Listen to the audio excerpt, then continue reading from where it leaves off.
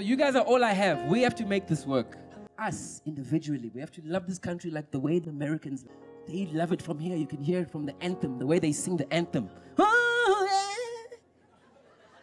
You know when someone sings with a vein and a, oh, say can woo, woo, woo, woo. It's true, brother. The song is 2 minutes, but it will go on for 7 because, oh, the guns and the blacks. I don't know the words. I've never seen a South African sing the anthem with that passion. You've never fucking sing, hey, deep love and fucking boo, boo,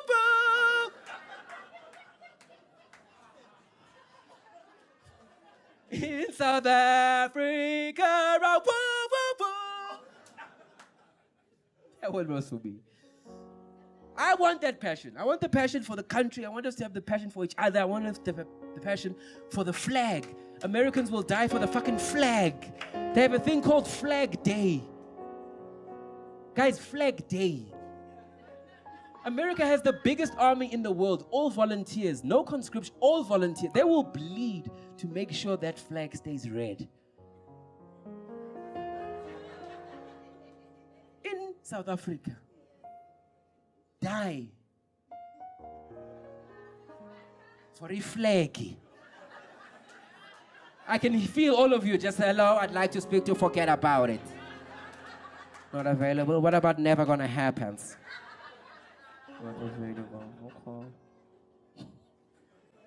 With so many different cultures in one area, there's bound to be struggle towards, let's say, community or unity or common culture. What would you say is the story of the case in terms of East London when it comes to that kind of reconciliatory spirit? Let me shock you. Yeah. The first racist legislation in East London was in 1878, where black people were actually banned to be in town and on the beach before sunset and sunrise. And then those laws were reinforced in 1883, where black people were told not to carry their sticks in town or brew their own traditional beer pomot in the townships. As if that was not enough, then in 1895, black people and also Asians now were banned from the beaches and walking on the sidewalks. So that should tell you about the kind of relationship that one had to expect from East London and the way from the very beginning it was shaped. We must understand that East London is formed on the backdrop of frontier wars, you know.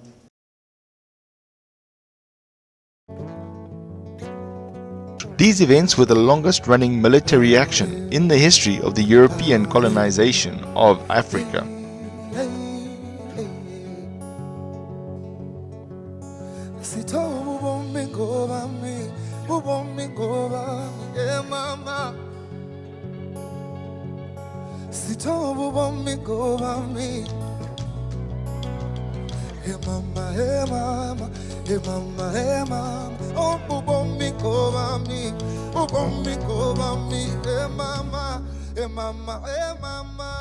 So in trust between the Xhosas and the whites, so there was fear amongst the white people of Amaxhosa. So when they came up with those legislations, they were trying to push them away, as far away as possible from them. But the irony was, in as much as they didn't want them in town, they wanted their labor force. You know? So you have this relationship between white people then in East London not wanting them, but actually wanting them to come and work for them. So if we are talking about the common culture in East London, from the onset, it was impossible to have a common culture in East London. After 1948, it became worse because now it became a national thing. Then you grow up and then it's 1950s, it's time to go to school and suddenly you realize, why am I turning left? And the others are going on the other side. And why am I surrounded in living in New Brighton Township? And yet Saturdays now we have to go to town for shopping. Why is my place called Township? And on the other side of the street it's called Town. And why do I see only black people around me? And when I go to town, it's only white people. Why does my father make sure that we stop drinking water on Friday at 10? Because we're going to go shopping in town on Saturday. And I found out as I grew up. Why is that? That's very There interesting. were no toilet facilities for black people in the cities. So you had to stop drinking water on Friday? Friday, because otherwise you're not going with him. Because you're going to be sitting there and say, Tata, and my father was 6'8" tall. Tata, I want to wee. He said, I told you.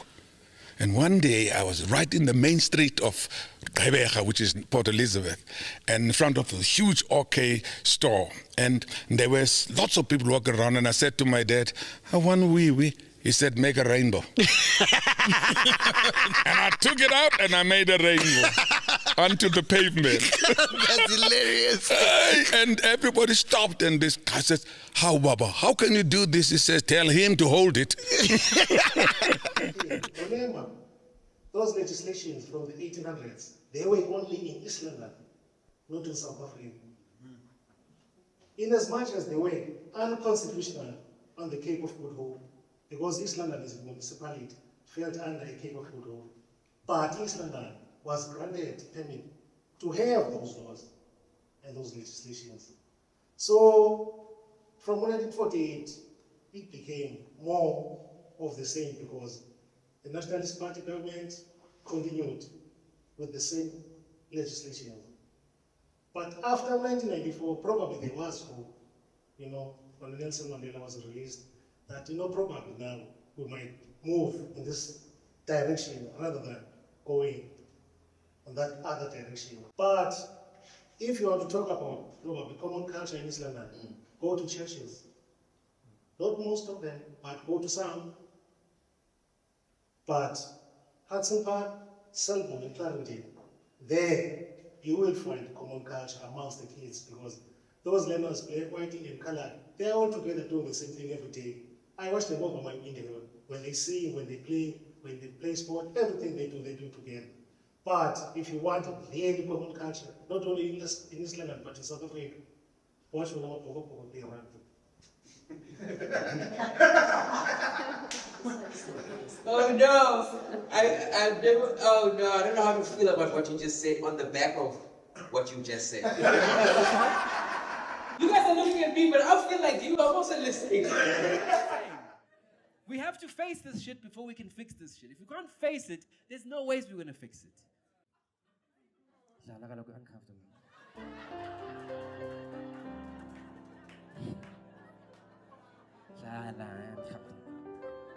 Something more simunye, we are one. Yeah, yo! Amarare!